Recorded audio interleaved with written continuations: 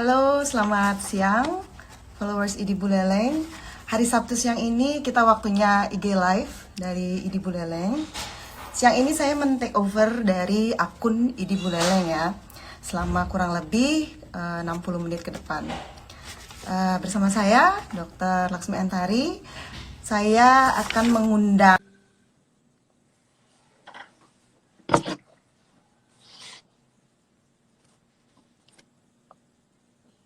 ya, kita masih menunggu narasumber kita kali ini, Dr. Nikom I Apriasti. Ya, halo dokter. Halo, Ya, selamat siang. siang. Ya, bersama kita saat ini adalah Dr. Nikomang Tri Apriastini, MBiomed SPA, biasa kita panggil Dr. Apri. Beliau lahir tanggal 26 April tahun 1984, sudah menikah dengan 2 orang anak. Beliau menamatkan fakultas kedokterannya, pendidikan dokternya di FK Universitas Wijaya Kusuma dan pendidikan spesialis anaknya di FK Unpad. Nah, saat ini Dr. Apri bertugas di Rumah Sakit Umum Daerah Buleleng, Rumah Sakit Umum Kertawusada, dan di Rumah Sakit Paramesidi. Ya, dokter, selamat siang. Apa kabar, dokter? Baik. Ya, terima kasih sudah join di sini. Nah, topik Mm-mm. ini gimana, Dok? Tentang apa hari ini? Selamat siang dulu semuanya nih yang udah mulai join. Di sini kita bahas topik proteksi dan stimulasi ya, bukan simulasi. Stimulasi tumbuh kembang anak di masa new normal. Ya, Tuh, jadi langsung mulai nih. ya. Untuk nanti Ya. yang udah join, kita ketik pertanyaannya ya di kolom komentar. Nah, pertanyaannya nanti disesuaikan dengan topik yang sudah kita sebutkan tadi, yakni proteksi dan simulasi tumbuh kembang anak di masa new normal ya. Stimulasi ya. Simulasi, oke dok. Nah, Ya, ditunggu. ya jadi Apa muda silakan. Oh ya dok, tumbuh kembang oke. itu ngapain dok? Apa harus kita pantau gitu? Apa saja yang harus kita pantau di tumbuh kembang anak? Tumbuh kembang. Ya, nanti langsung dibahas karena kita ngomongin di sini sih lebih banyak nanti ke stimulasinya ya untuk perkembangan. Jadi di sini kita harus tahu dulu anak itu definisinya apa. Iya. Jadi anak menurut eh, Undang-Undang Perlindungan Anak nomor 23 tahun 2002, anak adalah semua yang belum berusia 18 tahun Oke, kurang dari dan tahun dok ya. termasuk yang di dalam kandungan. Jadi Mm-mm. yang udah di dalam kandungan itu udah termasuk. Oh, Kemudian eh, ada periodenya. Jadi ada periode prenatal yaitu di dalam kandungan, kemudian masa bayi 0 sampai 11 bulan, kemudian ada masa balita yaitu 12 sampai 5 tahun, masa prasekolah 5 sampai 6 tahun, kemudian masa sekolah anak usia 6 sampai 13 tahun, kemudian anak remaja. Distraksi dikit ya. Anak remaja yaitu usia 13 sampai 18 tahun. Itu. Jadi kemudian yang kita harus penuhi ya kebutuhan dasar anak itu sendiri apa aja, mhm. yaitu kebutuhan asah, asih, dan asuh. Simple ya Dalam sebenarnya cuma skala 3 aja. dok, as, Jadi as, sekarang kita kan mau bahas proteksi. Proteksi itu ada di kebutuhan dasar anak yang mana? Jadi dia ada di asah. Asah itu kan kebutuhan fisik biologis, yaitu contohnya pakaian, tempat tinggal, nutrisi, kemudian imunisasi. Jadi proteksi ini yang dibahas adalah imunisasi dan nutrisi. Ya, yang pertama sih ya. imunisasi. Kita kan bahas masa normal. Kemarin karena pandemi ini kan sempat terhenti itu puskesmasnya, posyandunya. Ya, sempat. Jadi posyandu dan pelayanan imunisasi di puskesmas terhenti. Jadi sebenarnya kalau dari Ikatan Dokter Anak Indonesia sendiri dianjurkan ya tetap diberikan imunisasi pada anak. Batasnya sampai berapa lama sih anak itu boleh ditunda? Kita sih paling lambat ya 2 minggu. 2 minggu dari jadwal. Oh, jadi ya, kan dok? Harusnya tetap imunisasi tetap yang kita utamakan adalah untuk anak usia imunisasi dasar dan lanjutan sampai usia 18 bulan. Tuh. Kayak gimana pelayanannya? Mungkin dipisahkan tempatnya anak yang sehat dan anak yang sakit, atau kalau memang tempatnya tidak memungkinkan, anaknya dibuat hari imunisasi. Di jadwal Kan dok ada ya, tuh dipisahkan. Pak, khusus Jadi khusus dok ya. misalnya hari Rebo khusus anak yang imunisasi aja gitu. Hmm. Terus tetap protokol kesehatan, tempat tunggunya jaga jarak minimal 1 sampai 2 meter. Kemudian ada tempat cuci tangan dengan sabun. Nah, kayak gitu. Untuk Jadi harus tetap kalau dia lagi menunggu di layanan kesehatan, anak-anak yang belum memungkinkan untuk memakai masker, bagaimana menyikapinya dok? Apa mungkin kalau zaman sekarang ya, harus pakai face shield mungkin atau shield ya. Ya, kalau anak-anak kan kita dari rekomendasi tidak boleh anak di bawah 2 tahun belum boleh pakai masker kesehatan itu. Jadi nggak apa-apa kalau mau pakai face shield asal anaknya nyaman, emang disarankan. Oke. Maskernya di atas 2 tahun. Oh ya, iya. Ya, berarti tadi sekaligus menjawab pertanyaan dari Inyoman Supadme ya, bagaimana kita menyikapi pasien anak dengan gangguan tumbuh kembang bila akan kontrol ke rumah sakit atau tempat praktek di musim pandemi. Mungkin seperti itu dok ya, jika usianya masih kurang di bawah 1 tahun, ya, 2 tahun yang tidak memungkinkan pakai masker wajah, mungkin dengan face shield juga tetap memperhatikan jaga jarak juga gitu dok ya. Itu mungkin untuk yang sehat, tapi ini mungkin dia nanyanya gangguan tumbuh kembang, misalnya stimulasi apa yang bisa dilakukan di rumah ya. Ya, jadi kita masuk ke kebutuhan dasar anak berikutnya nih. Berarti proteksinya kan berupa nutrisi dan imunisasi. Kemudian ke stimulasi tumbuh kembangnya nih yang bisa dilakukan di rumah apa aja. Jadi kebutuhan anak itu yang asih itu kan kasih sayang dan emosi, kemudian kebutuhan stimulasi itu pada asuh. Ya, kebutuhan dasar anak. Jadi stimulasi. Kita masuk stimulasi nih sekarang ya. Jadi stimulasi itu kegiatan merangsang kemampuan dasar anak agar tumbuh dan berkembang secara optimal. Jadi ada 4 ranah perkembangan anak yang kita nilai, yaitu motorik kasar atau gerak kasar, motorik halus atau gerak halus, kemudian bicara dan bahasa, dan personal sosial atau kemandirian. Nah, sekarang kalau orang tua pengen tahu nih, caranya stimulasi gimana gitu ya. Gimana tuh dok? Tentunya harus tahu dulu milestone-nya, tahap perkembangan anak itu sendiri. Caranya tahu gimana dok? Gitu.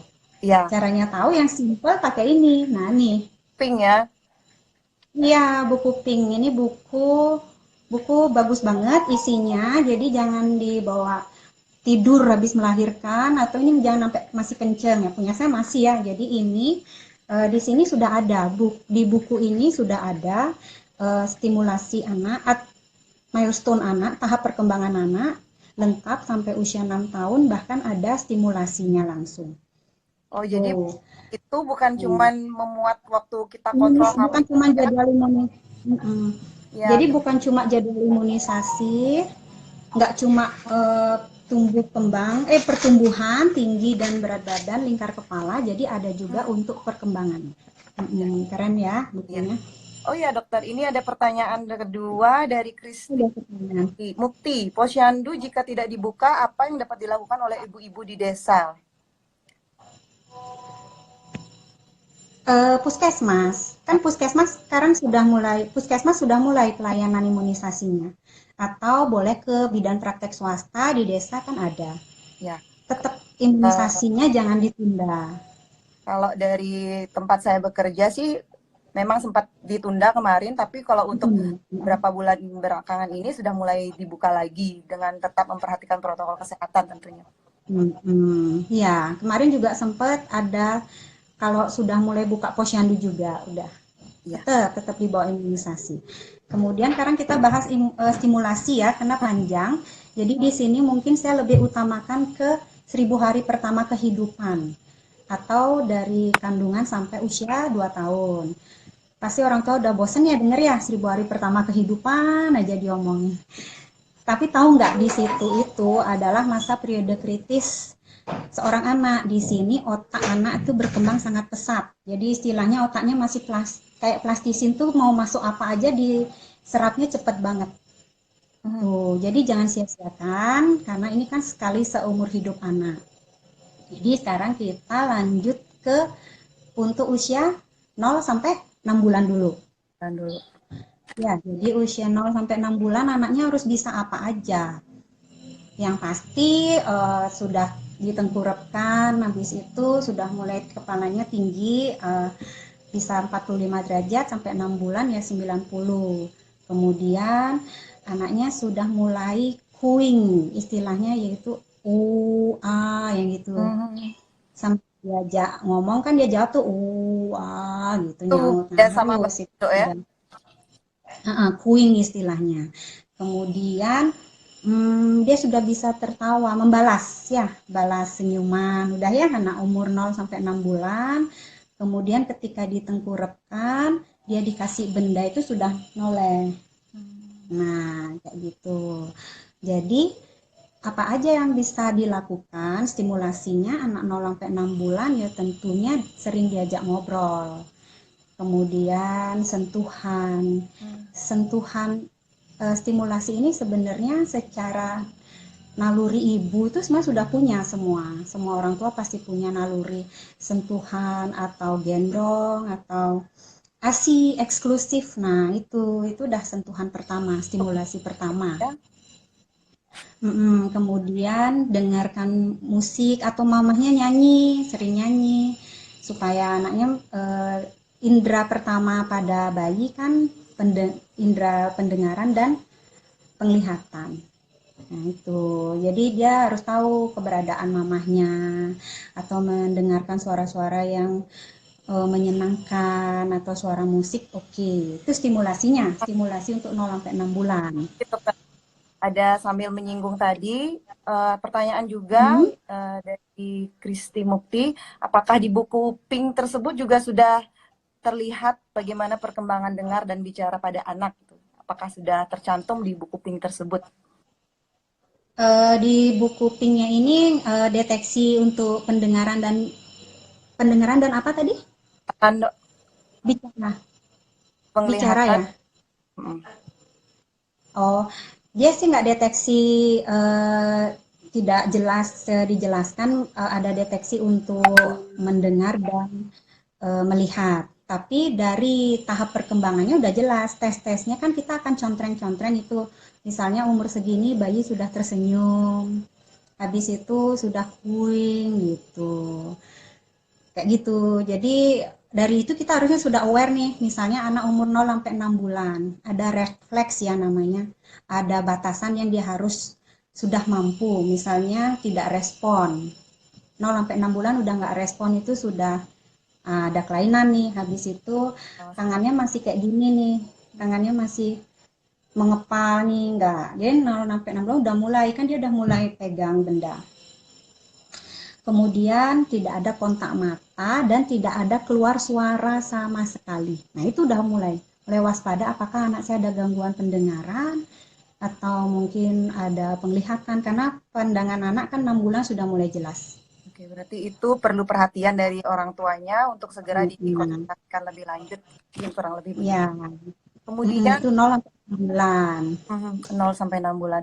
Ada dari Dr. Arya Nugraha menanyakan mana beda yang mendasar yang menjadi perhatian kita kepada bayi yang di bawah balita di bawah 1000 hari dengan setelahnya. Apa perbedaan mendasar pada usia 1000 hari dengan yang setelahnya gitu? Apa yang harus jadi kalau kadang kita harus tahu dulu seperti tadi kalau di 1000 hari itu kan berarti di bawah 2 tahun. Milestone-nya harus tahu dulu. Kemudian kayak tadi 0 sampai 6 bulan di sini kemampuannya di sini anak ini masa gembira sebenarnya, masa bahagia istilahnya. Kan enggak ada tuh anak pasti anak senyum-senyum aja kan ketemu orang. Happy time. Kemudian masuk deh masa ke umur 6 sampai 12 bulan. Di sini mulai harap-harap cemas. Nah, jadi eh, orang tua mulai cemas nih kapan anaknya mulai bicara, kapan anaknya mulai jalan kayak gitu. Kita jawab dulu deh, dokter aja. Jadi perbedaan mendasarnya sebenarnya tahu milestone dulu, Dok. Jadi tahu dulu bahwa di bawah 2 tahun nih anak harus tahu apa. Jadi kita tahu harus ngapain. Kemudian anak di atas 2 tahun mau 5 tahun itu kan mulai masuk terrible two istilahnya atau tantrum. Beda lagi itu soalnya. Jadi sudah mulai dia tidak bisa mengendalikan emosi. Mungkin kita harus tahu bahwa anak umur segini mulai tantrum dan mulai susah mengendalikan emosi. Jadi ketika umur 1000 hari pertama kehidupan, disitulah kita buat anak kita ini secure dengan attachment, perlekatan, dengan kedekatan sama orang tua. Kalau perlekatan atau 1000 hari pertamanya sudah dikemas dengan baik, otomatis 3 tahun berikutnya, usia 3 tahun ke atas, lebih mudah untuk mengontrol emosi ketika anaknya tantrum. Jadi tidak semua anak tantrum. Oke, jadi sangat berhubungan ya Dok ya, bagaimana kita sebelum pada masa 1000 hari kehidupan pertama dengan perkembangan anak di usia 1000 tahun berikutnya. 1000 hari. Iya. Hari 2 tahun deh, 2 tahun ke bawah. Makanya kan selalu kita bilang 1000 HPK, 1000 HPK gitu. Ya dokter, untuk kuping itu bisa nggak? Sekarang kan kita orang tua sudah pada pakai gadget ya. Apakah bisa kita gantikan fungsinya dengan aplikasi yang sudah ada di App Store misalnya? Kalau saya tahu ada aplikasi Primaku gitu. Apakah sangat bisa menggantikan atau cuman bisa membantu para orang tua saja? Bagaimana?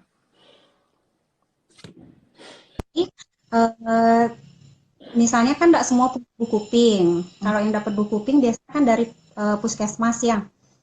Misalnya yang dia memang hamil ke dokter praktek swasta, nanti anaknya lahir ya udah install aja itu aplikasi Primaku. Itu memang benar-benar dari panduannya lengkap, di situ ada pertumbuhan, mau perkembangan, milestone lengkap sampai checklistnya. Ibu-ibu zaman now ya, jadi gadgetnya dipakai untuk hal-hal yang berguna. Kemudian ini lanjut milestone. Ya. Jadi sekarang kita tadi kan 0 sampai 6 bulan, masuk ke 6 sampai 1 tahun. Jadi orang tua mulai harap-harap cemas, kapan anaknya mulai bicara, kapan anak saya mulai jalan. Gitu. Jadi di sini anaknya sudah mulai duduk sendiri. Setelah duduk, dia mulai merambat tuh, habis itu merangkak, kemudian dia berdiri dengan berpegangan, kemudian mulai deh langkahnya. 1, 2 langkah.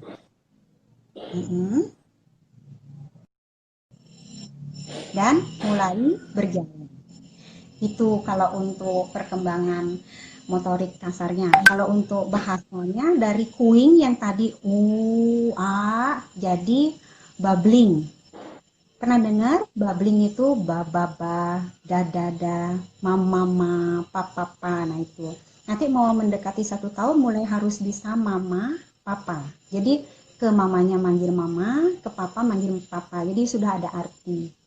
Tuh. Kemudian yang tadinya dia pegang, masukin mulut, 0 sampai 6 bulan, sekarang mulai dipindahin ke kanan, ke kiri. Nah itu untuk gerak halusnya. Terus anak umur segini sudah mulai deh finger food ya. Nanti umur, kan dia udah mulai MPASI. Kemudian ketika perubahan tekstur, dia mulai deh finger food. Itu umur 8-9 bulan tuh udah terampil. Kemudian sudah tepuk tangan. Nah jadi umur anak 6 sampai 1 tahun ini anak ini haus akan hore. Jadi di sini PR-nya hore aja deh. Jadi orang tua anaknya melakukan apa? Hore ya gitu. Jadi harus heboh. Ya di situ anak gini, aku melakukan sesuatu yang keren nih. Nah, besok dia akan lakukan lagi gitu. Gampang. Jadi inget dia ngapain aja hore gitu. Dia mulai melangkah hore kayak gitu. Terus di umur segini dia mulai kenal orang. Bener kan nanti mulai vaksin yang dia datang vaksin mau campak umur 9 bulan. Mulai takut masuk ke ruang praktek dokternya. mulai tahu orang ya. Jadi ya jangan dimarahin juga, segitu aja takut sih. Nah, jangan ya, wajar. Umur orang asing. segini juga dia mulai nangis kalau ditinggal. Ya, jadi eh, di umur seginilah kita kalau jadi dibiasakan harusnya dari kecil ya, dari lahir dibiasakan kalau kita mau pergi minta izin, pamit, nanti Hmm. bakal balik balik pulang. Tetap jangan tiba-tiba ngilang, nanti di situ anak tidak akan muncul kepercayaannya sama orang tuanya. Tuh, Hmm. jadi kalau mau pergi bilang dokter, Dek, mama mau kerja ya, nanti pulang gitu. Nah, jadi stimulasinya apa sih anak umur 6 sampai 1 tahun ini? Ya, kalau biar dia cepat merangkak, ya taruh barang tepat di depannya dia. Jadi kan dia berusaha tuh untuk maju. Terus tetap ajak bercerita. Jadi anak umur segini mulai mendengarkan cerita, banyak kosakata, mulai mengenal kata. Kemudian nunjuk. Ya, jadi anak ini harus sudah mulai nunjuk. Misalnya dia nunjuk cicak, gitu. Ya kita harus bilang cicak, itu cicak. Nah, jadi kita sebut apa yang dia tunjuk. Kita yang nyebut dulu. Misalnya Nggak boleh di lingkungan, ya dok ya. hmm? Nggak boleh diganti namanya, misalnya kita ikut cadel-cadelin gitu, Jangan, ngajar anak. jangan. Tetap jangan mimik cucu, jangan susu tetap. Misalnya dia dia nunjuknya cucu, oh susu gitu. Jadi apa yang dia tunjuk, misalnya dia nunjuk sesuatu di benda atau binatang, kita yang sebut dulu apa yang dia tunjuk. Jadi dia tahu itu, oh yang saya tunjuk ini namanya ini. Nah, itu stimulasinya. Kemudian red flagsnya sekarang, waspada bila anak umur segini belum babbling. Jadi umur 6 sampai 1 tahun anak belum babbling sudah waspada. Kemudian anak belum nunjuk dan tidak ada respon. Tuh. Oh iya dokter, Oke. ini Hmm. pertanyaan. Kemudian ini katanya em, dari Dokter Arya Nugraha juga, bagaimana kita menyikapi bila anak kita nakal? Apa boleh kita marahin, kita punish nggak, atau bagaimana? Gimana kalau nakal? Iya. Memang, nah ini ya, jadi orang tua terlanjur melabeling anak nakal. Sebenarnya labeling ini biasa dimulai dari umur 1 tahun, karena kan umur 1 tahun ini anak lagi mau tahu nih. Jadi wajar apa yang dia pegang, aku pengen tahu setelah aku lempar apa yang terjadi. Tapi orang tua bilang, ini nakal banget dilempar. Nah gitu, jangan dilempar deh. Dia orang mau tahu kalau aku lempar apa yang terjadi. Kemudian dia mau tahu semua, lagi eksplorasi, apalagi masuk umur 1 sampai 2 tahun udah jalan kan, sudah eksplorasi seisi rumah, mulai deh anaknya dibilang nakal. Terus gimana caranya? Apa dimarahi gitu? Iya, biar nggak keterusan nakalnya. Anaknya dokter Aryo ya, Ini yang nomor 3 kayaknya. pengalaman. Intinya jangan di labeling, anak pasti punya tujuan. Ya, atau mungkin istilahnya nanti masuk 2 sampai 3 tahun kan terrible tuh, tantrum. Dia ada tujuan juga, istilahnya dia mencari perhatian dari orang sekitar, nah, kayak gitu. Mungkin ditanya dulu dia kenapa dia sampai melakukan hal itu tidak baik, dia sudah mulai tahu hal yang tidak baik atau hal yang baik itu dikasih tahu aja, bicarakan aja, istilahnya biasakan aja berbicara pada anak, interaksi, kemudian mana yang baik mana yang tidak, nah biasakan deh kayak gitu, jangan dihukum. Nah, janganlah dihukum, kemudian jangan dibiasakan tidak, jangan-jangan. Nah, itu juga ya itu udah bentuk punishment itu sebenarnya untuk anak. Padahal dia ingin eksplorasi kok udah dibilang tidak-tidak aja. Emang mana yang salah ya? Nah, kalau nggak dibilangin mana dia tahu. Oke, kayaknya kayak jadi Tuh. nggak boleh heboh banget, ngelarang sana sini, harus lebih santai, Hmm. dok ya. Mm-mm. Nah, kemudian juga dok ada pertanyaan tentang bagaimana simulasi detail biar bisa lancar bicara untuk usia 18 bulan dan milestone bicara pada anak. Oh, berarti udah masuk ke tadi kan udah 0 sampai sudah 6 sampai 12 kan? 12 sampai 1 sampai 2 tahun ya. Jadi umur segini ada red flags-nya. Bila umur 16 bulan belum ada satu kata pun yang berarti anak sudah terlambat. Sudah delay dok ya. Kemudian nggak tahu yang dari Ibu Ulan Sari ini anaknya 18 bulan sudah bisa mama papa, belum keluar mama papa dan satu kata. Kemudian stimulasinya sebenarnya ya kayak tadi, menunjuk dulu, anaknya dibiasakan menunjuk. Itu apa? Kan dia belum nyebut. Tunjuk dulu. Nah, ini anjing, ini ayam, kayak gitu. Kan gampang, itu cicak. Nah, setelah kita tunjuk, baru anaknya disuruh menyebut. Itu apa gitu. Jadi menunjuk dulu baru menyebut. Minta anaknya Itu mengulang. simulasi DP. Nah, dan biasakan cerita, baca buku cerita kayak gitu. Bernyanyi untuk melatih gerak oromotornya. Dan yang benar MPASI-nya juga harus tepat memulainya karena ada hubungannya dengan MPASI dan terlambat bicara. Tuh, bicara milestone-nya bicara pada umur 18 bulan harus sudah setidaknya 3 sampai 6 kata di luar mama papa. Tuh. Oke. Jadi di luar Kemudian dok, itu dia harus. Kenapa? ya kan kita sering ngeliat nih dok, anak-anak zaman sekarang udah dari kecil banget itu sudah pegang gadget ya. Kemudian saya tertarik dengan dari post dokter kemarin yang tentang screen time gitu perlu tidak pada anak dan apakah itu berhubungan dengan delay speech, keterlambatan bicara pada anak gitu dok. Kadang orang tua memberikan HP ataupun memberikan YouTube supaya bisa orang tuanya mengerjakan lain, tugas lain.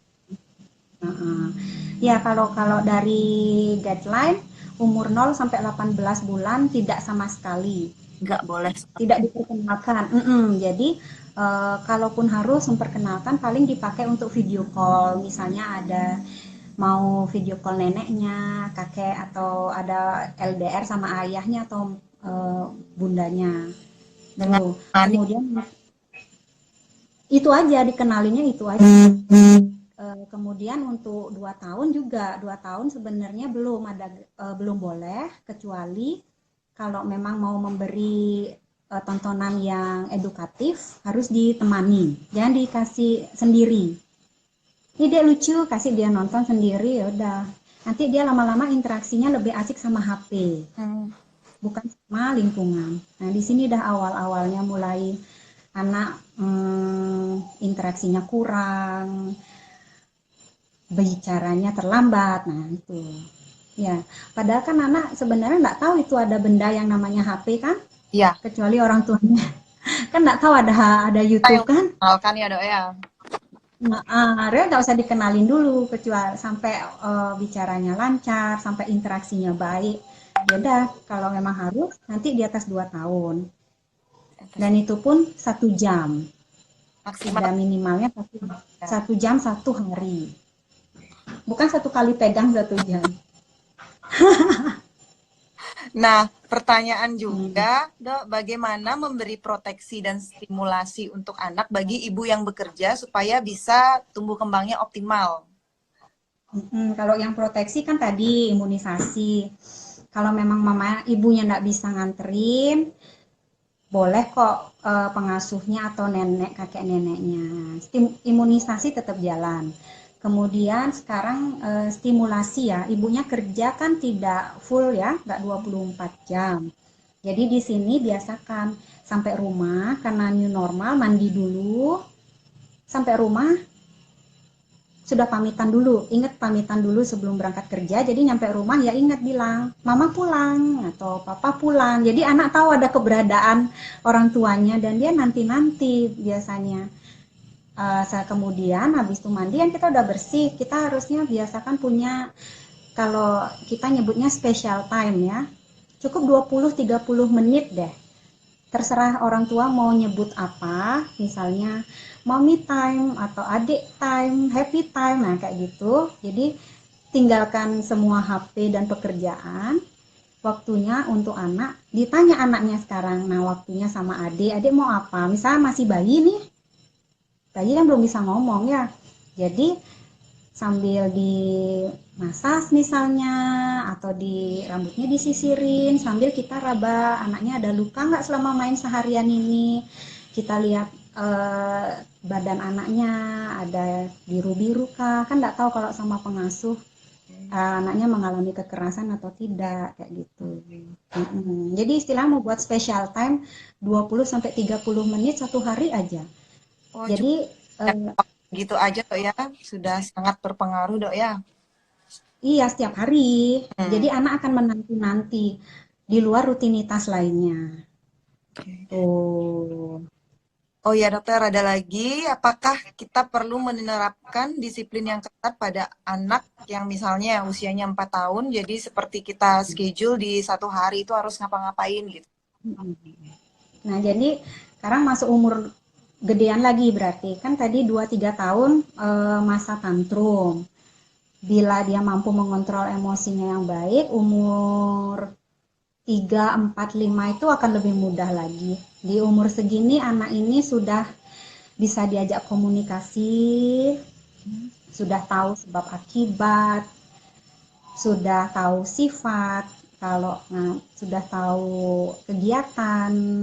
Jadi kita biasakan kegiatan apa yang kita lakukan, kita sambil ngomong dari awal. Jadi adik, mama sekarang lagi cuci piring, tujuannya supaya piring yang tadi habis makan bersih gitu.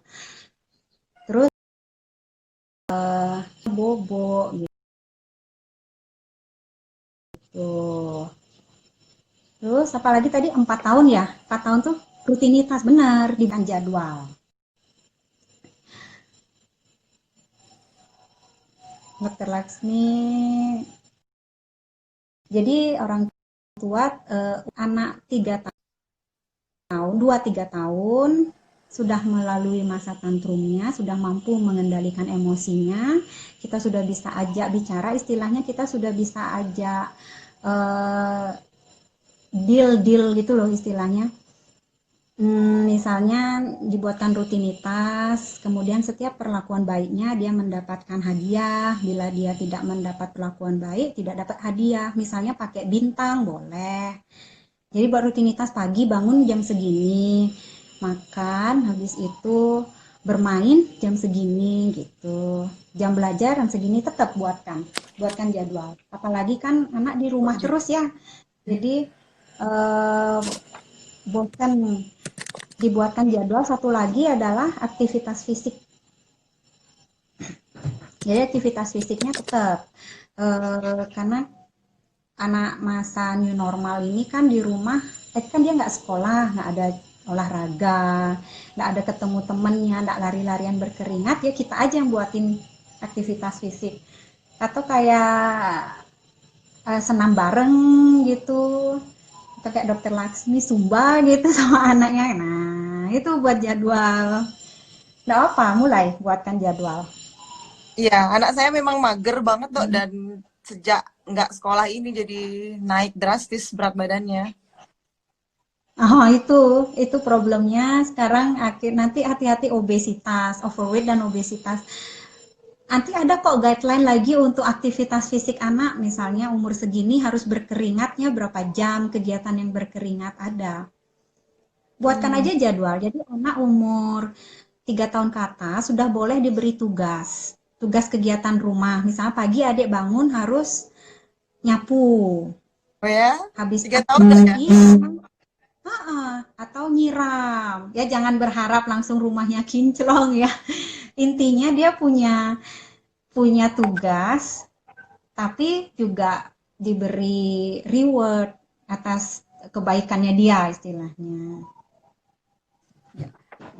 Kemudian, Tuh. ya dokter, ini ada pertanyaan Mm-mm. Mang Sumi Niati. Apakah tumbuh kembang sesuai usia yang normal waktunya bagi anak dengan riwayat berat badan lahir normal dengan berat badan lahir rendah? Gimana? Halo? Gimana?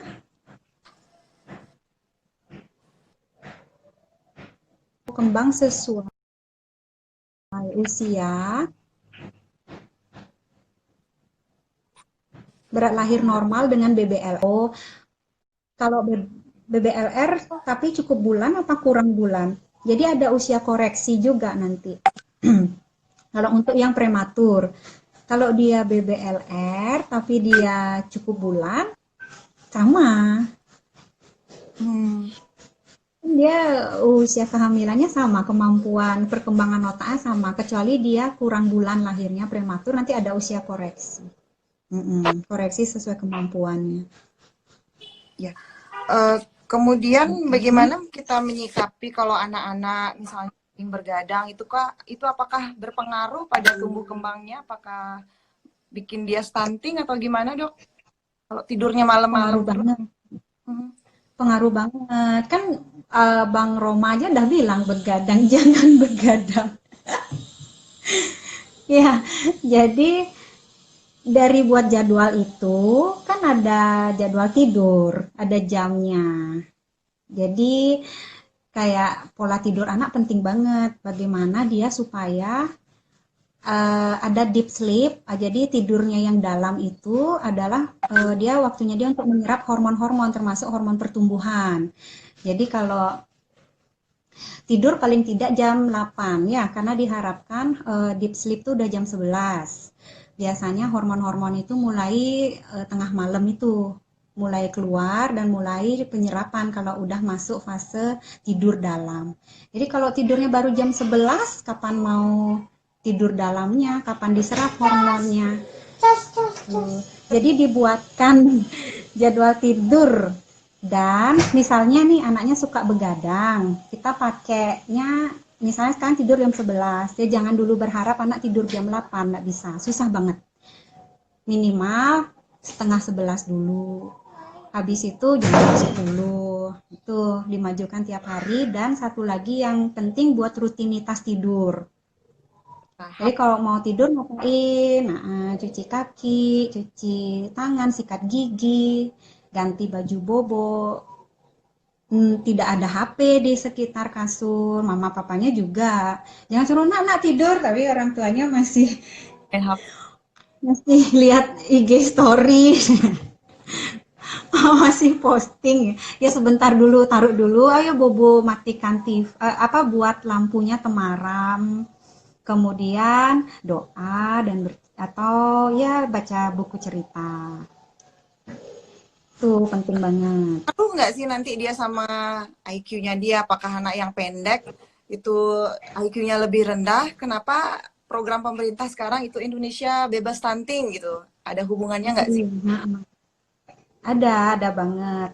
Jadi kalau stunting ini yang ditakutkan anak tidak mencapai potensi maksimalnya nanti di masa usia sekolahnya atau dewasanya. Jadi stunting ini contohnya misalnya anak ini harusnya potensi maksimalnya 9 dah anggap. Tapi karena dia stunting ini kan kekurangan nutrisi jangka panjang. Karena malnutrisi kronis.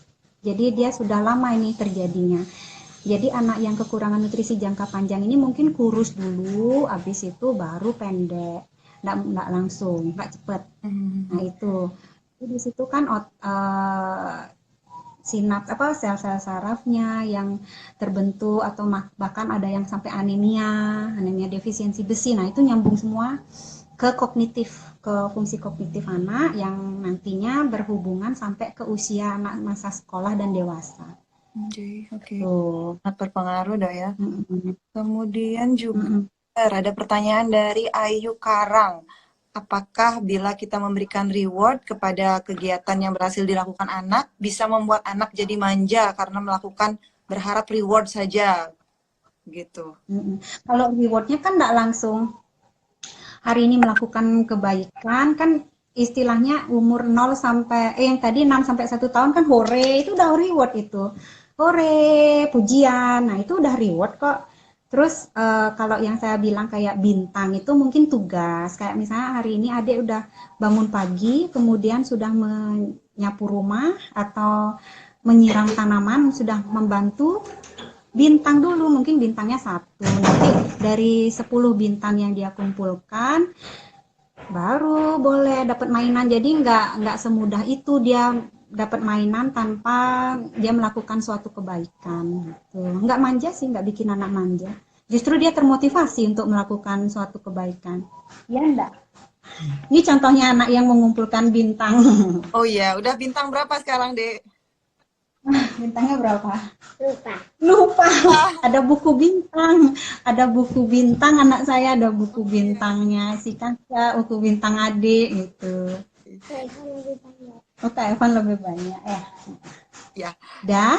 Uh, oh ya, ini menjawab deh sekalian, saya yang menjawab dari dia Cahyanita. Dokter buka praktek di mana? Dokter Apri ada di Rumah Sakit Umum Daerah Buleleng, Mm-mm. RSU Kertahusada sama Rumah Sakit Paramasidi. Ya, bisa tanya-tanya Mm-mm. beliau. Kemudian Ada disiplin, lagi? kita disiplin gitu dok. Anaknya kalau Mm-mm. yang nggak mau ngikut kita harus punish dia, harus misalnya kadang kita lihat uh, dicubit, dikunci di kamar mandi gitu. Kadang-kadang masih beberapa Iya. saya temukan seperti itu. Ya, kalau bisa jangan ya. Jadi kalau sudah biasa dia mengumpulkan bintang melalui kebaikannya dia ini, hukumannya ya dia nggak dapat bintang atau bintangnya dihapus. Itu misalnya sekarang, aduh itu nggak baik tuh. Misalnya dia melakukan kesalahan, ya udah bintangnya Bunda ambil 5 gitu. Kan sedih dong, bintang yang dia udah kumpulkan sekarang diambil begitu aja karena dia udah nggak berbuat baik. Itu aja sih dulu mempan sih sementara ini. Maksudnya itu ini bekerja sama anak-anak. Gitu. Harus Ini konsisten orang tuanya. Mm-mm. ada juga pertanyaan tentang mungkin menyambung tadi yang tidur. Tidur siang itu wajib nggak sih dok? Atau apakah sudah diakumulasi misalnya satu hari tidurnya berapa jam minimal termasuk tidur malam bagaimana? Mm-mm. Tidur siang boleh, ada harus, ada jamnya kan nanti ada lagi aturan anak umur segini harus tidurnya jam berapa, berapa jam. Kalau tidur siang usahakan tidak sampai 2-3 jam ya, nanti terlalu lama. Justru bangunnya tambah lemes, kelamaan 1 jam aja cukup untuk 1 jam tidur siang. Mm-mm. lama. Nanti mempengaruhi kalau tidur kelamaan bikin begadang kan jadinya, nah itu. Ya, ya. Nah, nyambung. Terus Nah, kita kemudian mau apa namanya mainan-mainan yang bisa kita sarankan bagaimana dok untuk tumbuh kembang misalnya apakah mainan edukatif atau bagaimana yang kita perlukan untuk dikasih ke anak-anak kita? sebenarnya mainan kan nggak harus mahal, yang ada di sekitar aja. Misalnya baru lahir 0 sampai 6 bulan, kerincingan itu aja boleh. Kan dia mau ngetes suaranya dia. Tuh. Terus umur segitu ingat mainannya itu juga tidak mudah masuk ke mulut. Jadi ukurannya 3 kali 3 kali 3 cm. Ya, 3 kali 3. eh, jadi biar nggak masuk ke mulut dengan mudahnya nanti bahaya tersedak. Kemudian main yang ada di sekitar rumah aja, misalnya punya kaleng susu. Kan misalnya anaknya punya minum susu, ya udah itu pakai main kayak sendok, main suara. Terus pasir yang di pantai boleh kan dibawa pulang kan nggak dibeli. Jadi misalnya dia untuk mengajarkan dia raba gitu, boleh. Atau mulai meraba beras, kacang-kacang, nah itu. Jadi nggak butuh. Boleh kalau memang orang tua punya dana lebih, silahkan belikan edu toys itu bagus. Tapi bila tidak harus. Tuh, jadi situ dulu. Ya. Terus Bentar, sinyalnya Nyambung harus. mana? Udah sampai mana? Iya, dokter ini mau bahas Mm-mm. tantrum sedikit Tok. Kalau anak kita ngamuk, misalnya di tempat umum, kan kadang orang tuanya juga Mm-mm. anggapnya pakai Nggak tahu harus. kekerasan, malah dimarahin anaknya kalau tantrum di tempat umum. Itu nyikapinnya kayak gimana sih? Boleh kita kerasin atau kita biarin dulu, baru nanti pelan-pelan kita Mm-mm. bagaimana? Mm-mm. Kalau di tempat umum malu ya sebenarnya, tapi kalau saya sih sarankan nggak apa-apa. Orang lain pasti ngerti kok. Oh dia lagi ngajarin anaknya. Nggak apa, mungkin diam atau misalnya dia minta sesuatu sambil nangis-nangis. Ya udah dijelasin dulu. Adik minta jangan nangis dulu, coba diem dulu, coba tenang dulu bentar. Nah itu, kecuali emang dia tidak boleh dapat itu mainan ya, ya nanti dijelasin. Jadi memang nggak tidak ada beli mainan kita ke sini ya. Intinya itu adalah biasakan berbicara pada anak tentang sebab akibat, tentang benar atau tidak gitu. Kalau nggak kita biasakan ya dia nggak tahu. Apa pelukan, dipeluk dulu, ditenangkan, diam aja kita, nggak usah ngomong banyak, nggak usah ditanya, adek kenapa sih? Nah itu kan udah dia orang lagi stres, lagi emosi, mamanya juga adek ini diam, nah itu jangan. Udah dielus dulu, udah nangisnya, nah tunggu, udah tepuk-tepuk, tap-tap, nah Baru itu baru udah tenang anaknya. Kenapa? Baru ditanya. Kita juga kan sambil nunggu dia tenang, kita juga menenangkan diri kan, tarik nafas, hembuskan itu. Kan ngilangin malu juga, habis itu menurunkan emosinya kita juga. Tuh. Ya, turun sih nanti jatuh. ada lagi pertanyaan dari Mariani Seri. Kalau nggak mau tidur siang, ngaruh nggak sama tumbuh kembangnya, Dok? Mungkin usia anak yang sudah usia sekolah, kadang-kadang ada yang nggak mau tidur Nggak sekali. mau tidur siang. Enggak sih, enggak apa. Nah, saya juga enggak tidur siang karena memang kalau sudah mulai jadwal dulu sekolah kan ada les-les ya enggak apa enggak ngaruh sih. Tapi ya baiknya ada waktu tidur siang kalau bisa ya 1 jam, 30 menit sampai 1 jam. Biar cuma Kan itu istirahat. untuk memulihkan ini. Yang pentingnya itu yang tidur malamnya itu biar dapat deep sleep-nya itu, Dok ya. Ah, iya, supaya nggak begadang intinya nggak boleh. Yang itu yang nggak boleh. Itu dulu. Terus Kemudian kita ada lanjut. ngaruh untuk oh ya, tadi sudah dijawab sih, kita harus menyediakan suasana biar bisa tidur dengan nyaman. Lampunya ini ada yang menanyakan tentang penggunaan lampu menyala atau tidak begitu. Lampu, lampu itu penting. Jadi gini, kita kan eh, ada anak yang nggak tahu jam tidur nih karena kita nggak biasakan. Jadi mulailah ketika kecil, ketika bayi. Jadi buat suasana tidur pagi harinya beda sama suasana tidur malam harinya. Misalnya pagi ya biarin aja nyala terang lampunya. Kalau nanti malam hari mulai temaram atau gelap boleh, dimatikan lampu boleh. Tuh, tergantung nyamannya anak aja. Nanti biasanya kalau udah kayak gitu, dia udah tahu nih, oh berarti kalau temaram atau redup waktuku untuk tidur malam. Jadi untuk akan mengurangi dia untuk terbangun di malam hari. Nanti dia pun bisa tidur sendiri. Kalau udah dibuatkan rutinitas tidur, eh, lampunya juga beda waktu tidur malam sama sehari-harinya akan terbentuk sendiri polanya. Dokter, waktu kita 5 menit lagi. Oh, Ada 5 menit. lagi. Cepet ya. Iya, kalau saya sih yang penting kalau mau milestone, ingat buku Pink, Primaku, atau di online Instagram itu udah banyak kok, tinggal ketik milestone perkembangan anak keluar. Atau nggak punya Instagram, di Facebook pun ada. Atau di internet. Atau Rata-rata sama kok. ya, Kenapa? akun Instagram Dokter Apri. Alah, nggak, tidak boleh promosi ya. Kemudian yang tadi pentingnya adalah special time. Boleh punya sebutan. Tuh. Jadi kalau contoh kayak saya kan istilahnya sekarang LDR nih sama anak. Jadi ketemunya weekend. Jadi saya buat waktu khusus ke sama kakak dan adiknya full. Jadi mereka hafal. Mm. Jadi emang special time-nya adalah hari weekend sama bundanya. Tuh, kalau orang tua bekerja kayak gitu. Kemudian buat rutinitas jadwal itu bagus banget. Sampai rutinitas tidur. Jadi beda pakaiannya mau sehari-hari beda sama pakaian tidurnya.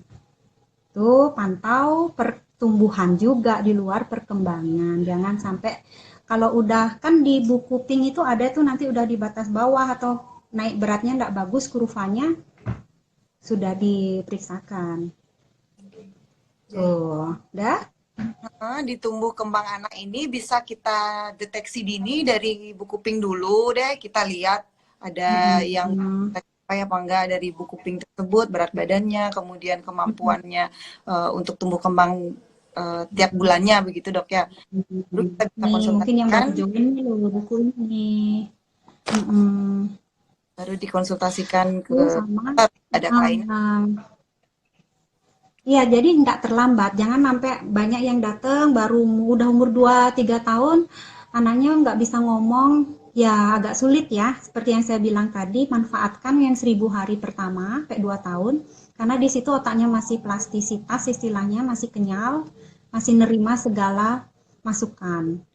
Kalau udah di atas itu mulai kebal ya, bebal ya, masuk kanan, keluar kiri. Tuh, tuh aja. Baik, terima kasih dokter untuk waktunya Hmm. di siang hari ini. Materinya bagus sekali tentang tumbuh kembang anak. Mohon maaf bagi beberapa viewers yang bisa saya tanya lagi. Mungkin nanti kurang lebih di narasumber berikutnya kita akan coba hadir lagi dengan topik-topik yang lainnya. Nah, Boleh. sekian dari kami undur diri. Terima kasih Dokter Apri. Bye. Bye. Bye.